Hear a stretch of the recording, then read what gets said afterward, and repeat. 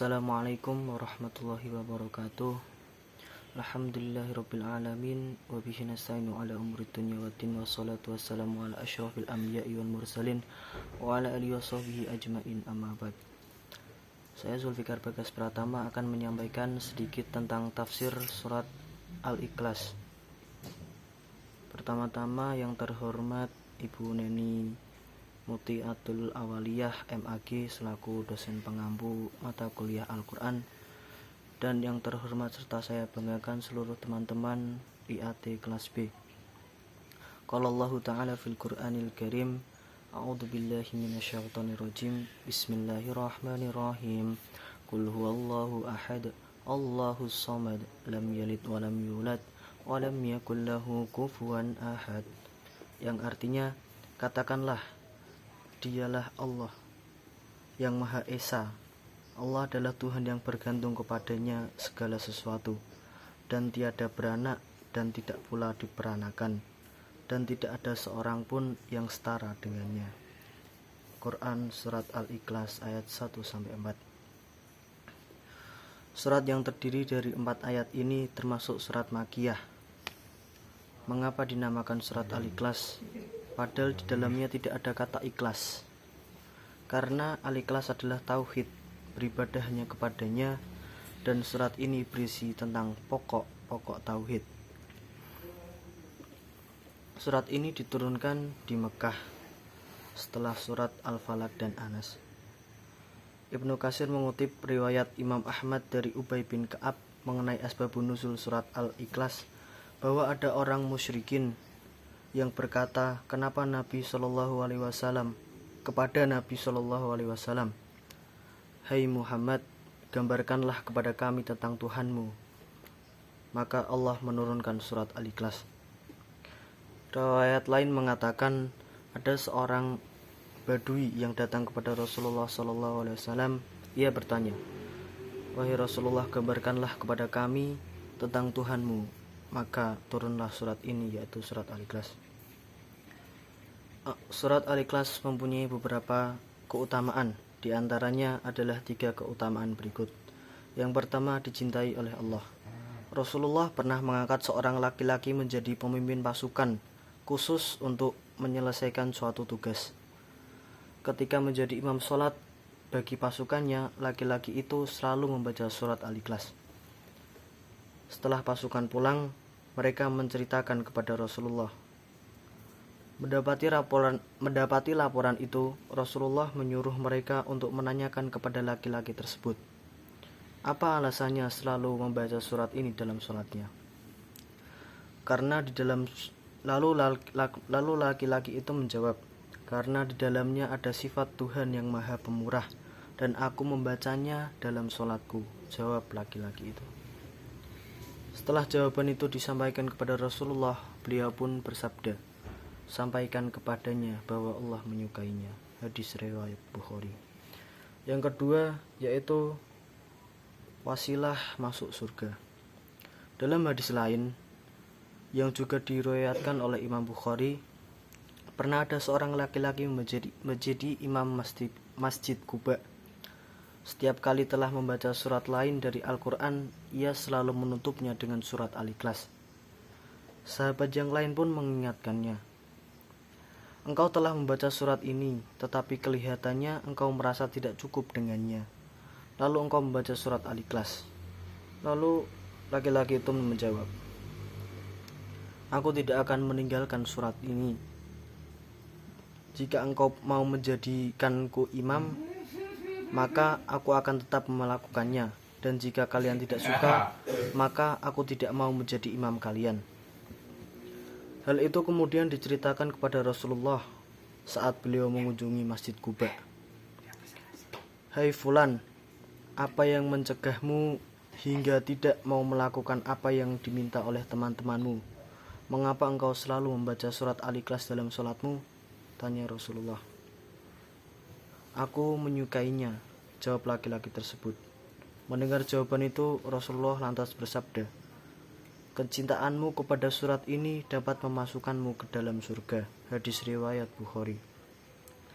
Dalam riwayat Tirmizi, ada seorang laki-laki yang berkata kepada Rasulullah SAW bahwa dirinya menyukai surat ini.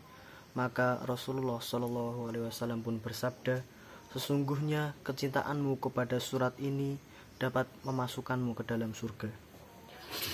Kemudian keutamaan yang ketiga adalah sepertiga malam, sepertiga Al-Quran.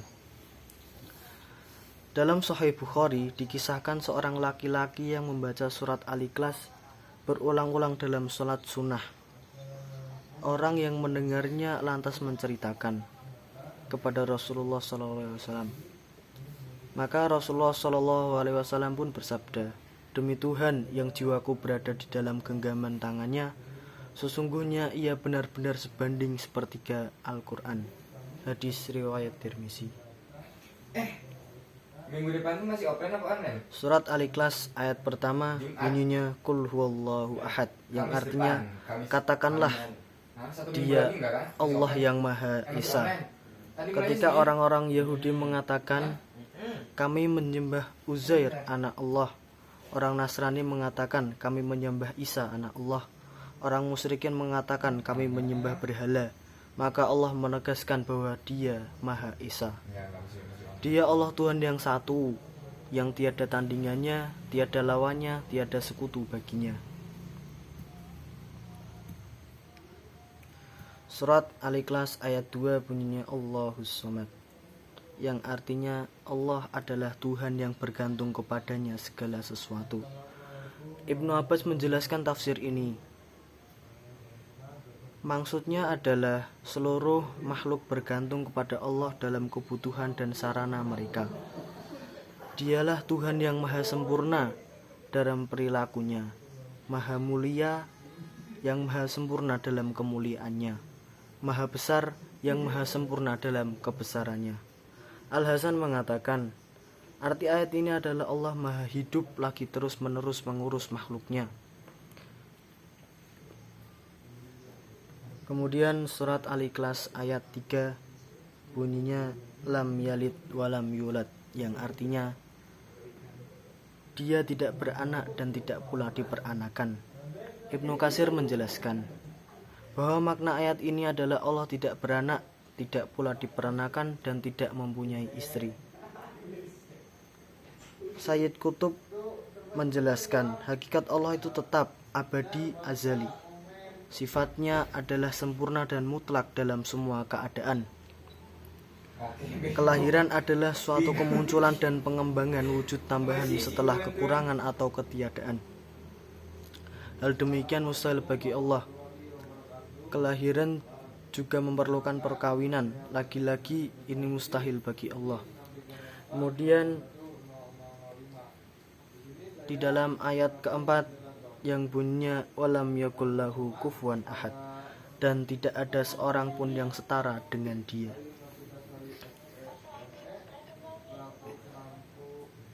Dialah yang memiliki segala sesuatu dan yang menciptakannya. Maka mana mungkin Dia memiliki tandingan dari kalangan makhluknya yang bisa mendekati atau menyamainya.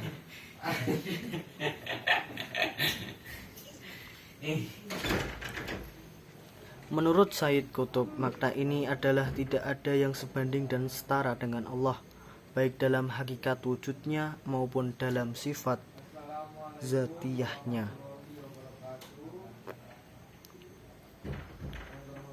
Surat Al-Ikhlas ini berisi rukun-rukun akidah dan syariat Islam paling penting, yakni mentauhidkan Allah Subhanahu wa ta'ala, menyifati Allah dengan sifat sempurna dan menafikan segala sekutu baginya.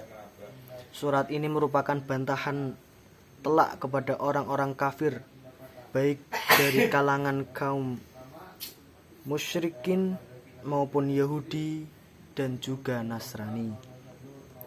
Mereka semua telah menyekutukan Allah, maka Allah menjelaskan tauhid yang benar yang harus diimani oleh umat Islam dalam 4 ayat yang padat dan syarat kandungan makna yang dalam. Mungkin itu saja yang bisa saya sampaikan. Kurang lebihnya mohon dimaafkan, dan bila ada salahnya Mohon dikoreksi dan diberi sanggahan. Cukup sekian. Wassalamualaikum warahmatullahi wabarakatuh.